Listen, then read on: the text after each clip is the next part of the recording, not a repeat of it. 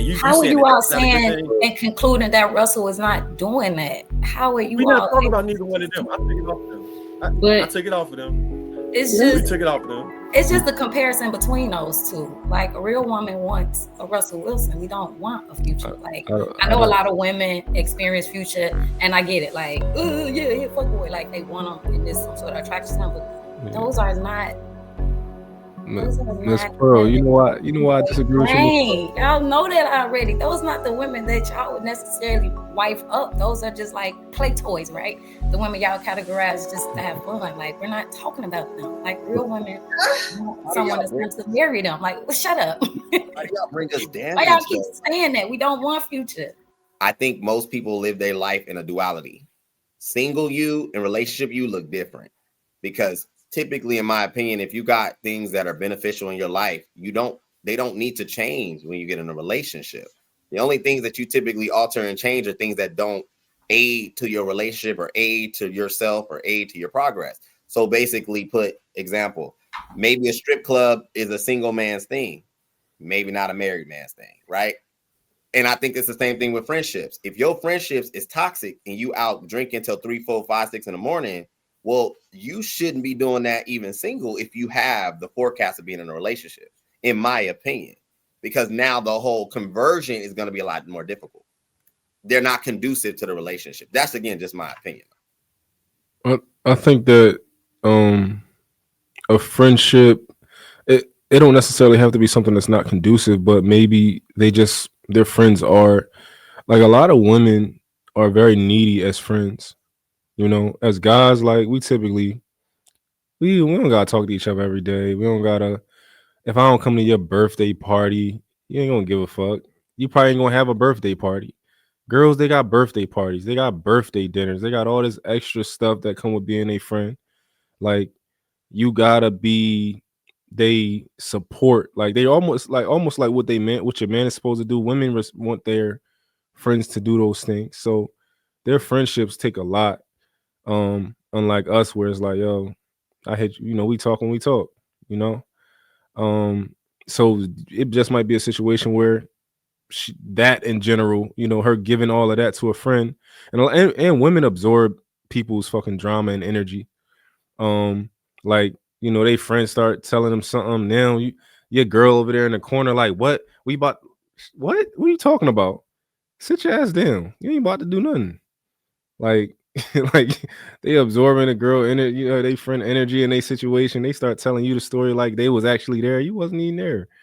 So I think when female friendships are very it's a lot. It's a lot. I wanted to give a different, well, from what, because what I heard, I like what Bo said from her perspective, and so I want to give a different perspective from the sense of when I hear Melissa Ford and what she said, right, um, and desensitizing man, it sounds like a angry acceptance, right, to where it's like, because I've seen a lot of women, and heard a lot of women like her that gets to a place in their life where they just they just can't win, right? They can't get the man that they want or that they desire. So it becomes a angry acceptance. Like, you know what? Now I'm just gonna focus on me. But I'm gonna do it in an angry way where I go around letting women know, yes, desensitize these men. You don't need them. Leave them alone. Don't trust them because I was unsuccessful. I know you are unsuccessful. So yeah, F them. Fuck them. We don't need them. And so I think that's what I'm seeing, that other side that I'm seeing from her, where it's like an angry just acceptance. Like she has no choice but to accept that she, at the age that she is, might not just actually get that romantic love that she desires. And so I think that's why because I always listen to, I'm really good, big on like choice of words that people use. I think it's very important. So that's what when I'm listening to the things she said, I hear a lot of contradicting. I hear a lot of anger. Even if she's saying it pleasant, it just sounds like a lot of disappointing, anger, and just again acceptance of like, you know what it is, what it is. I don't care. Fuck it. I don't want you anyway. That type of energy, if that makes sense.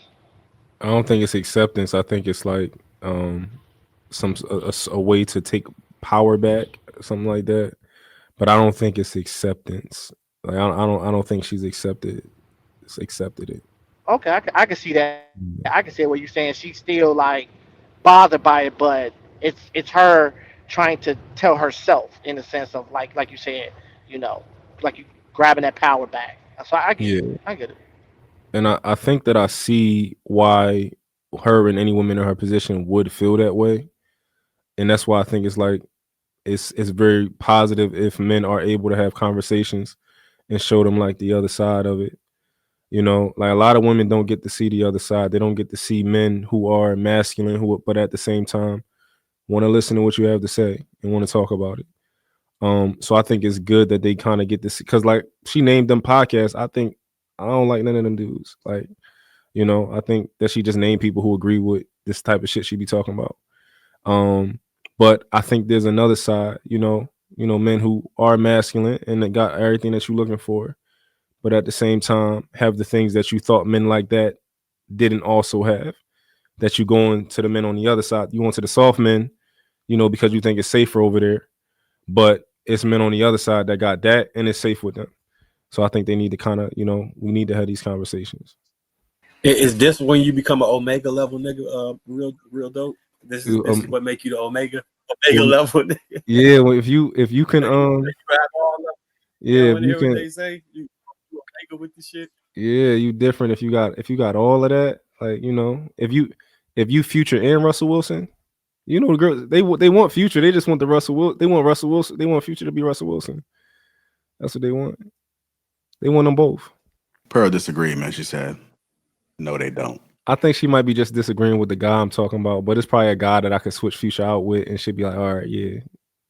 It doesn't matter who you switch out. It's the behavior that I don't condone. I don't want somebody like him. He's emotionally unavailable. He's immature. He's not responsible. I said you gotta mix him with Russell Wilson. I would just pick a Russell Wilson. I don't want a Future. He just saying somebody with the appeal that keep you sexually attracted in that board that's also going to emotionally be there for you, provide security, listen to you, while like making you really feel wanted and like a woman that's alive.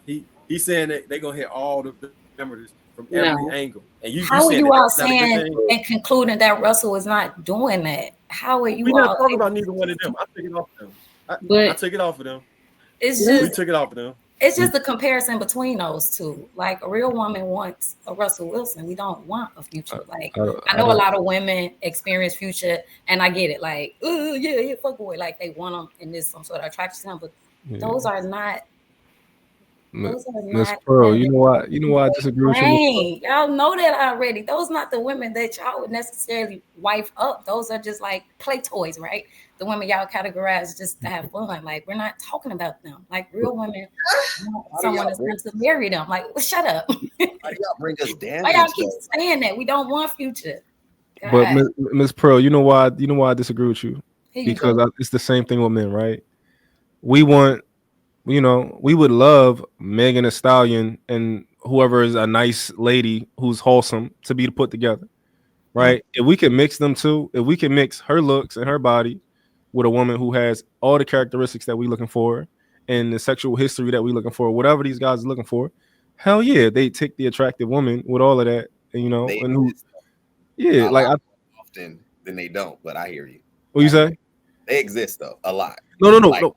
Way more often. You ain't got to tell me.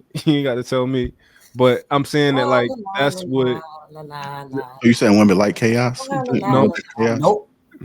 No, I'm saying that women want a man who is, who has the right amount of dominance that they're looking for, right?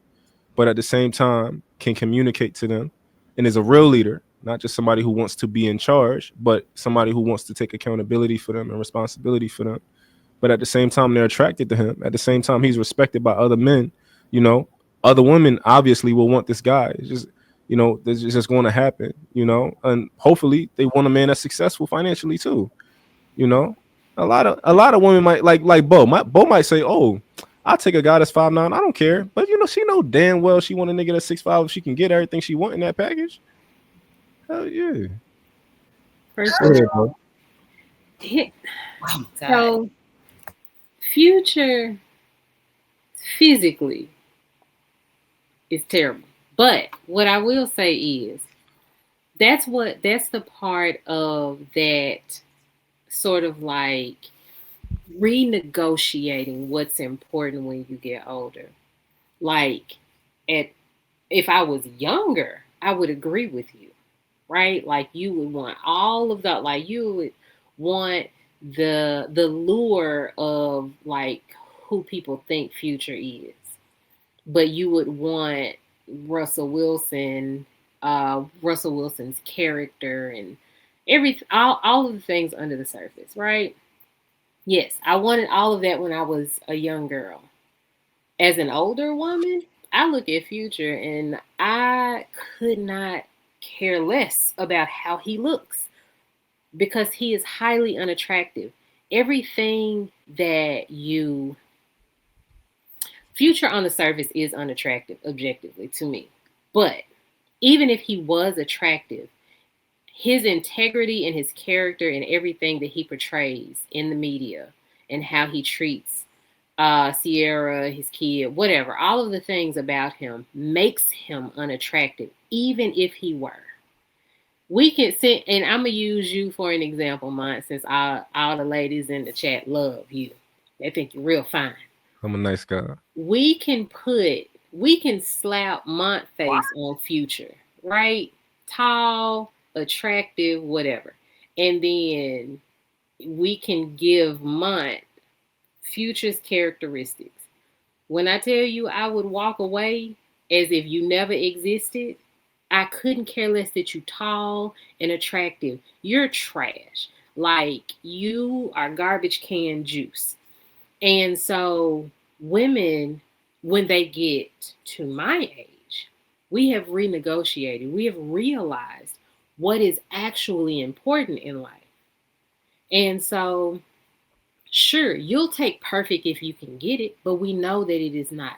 It is not. It doesn't exist. So, yes, you take your must-haves and you're happy with that. Not that you're settling for it. You're actually happy because that person has fulfilled your must-haves. Mm-hmm. That's what makes you happy, not the superficial stuff at this point in life. Well, true. Real quick, do you are you catching how everybody's just ignoring the Russell Wilson part? Like they taking Future and they keeping the characteristics that Future have, and they keeping everything that he represents, and they not swapping it out with what Russell represents. You know Like, why what? y'all not doing that? I get it to you. Hold on. I'm going to give it to you, right? Let's focus on Russell Wilson. He's not a bad looking guy.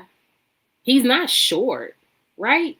I don't know what his demeanor is because he doesn't say anything. He's not outward in the media. He just doesn't present himself as this extrovert. So like we don't see a lot of that. And I find that highly attractive, actually, because you don't know who that man is for real. People are making up a lot of things about him and he's not giving it any energy. Just like what's the baby name? But, Steph Curry. but I He does will not give a lot of that any energy. I point of love the information. man. Huh? Point of information. You are wrong. He does talk. He does talk quite often, and people have attributed him to being corny because he talks. And when he talks, they just consider him to be a corny guy.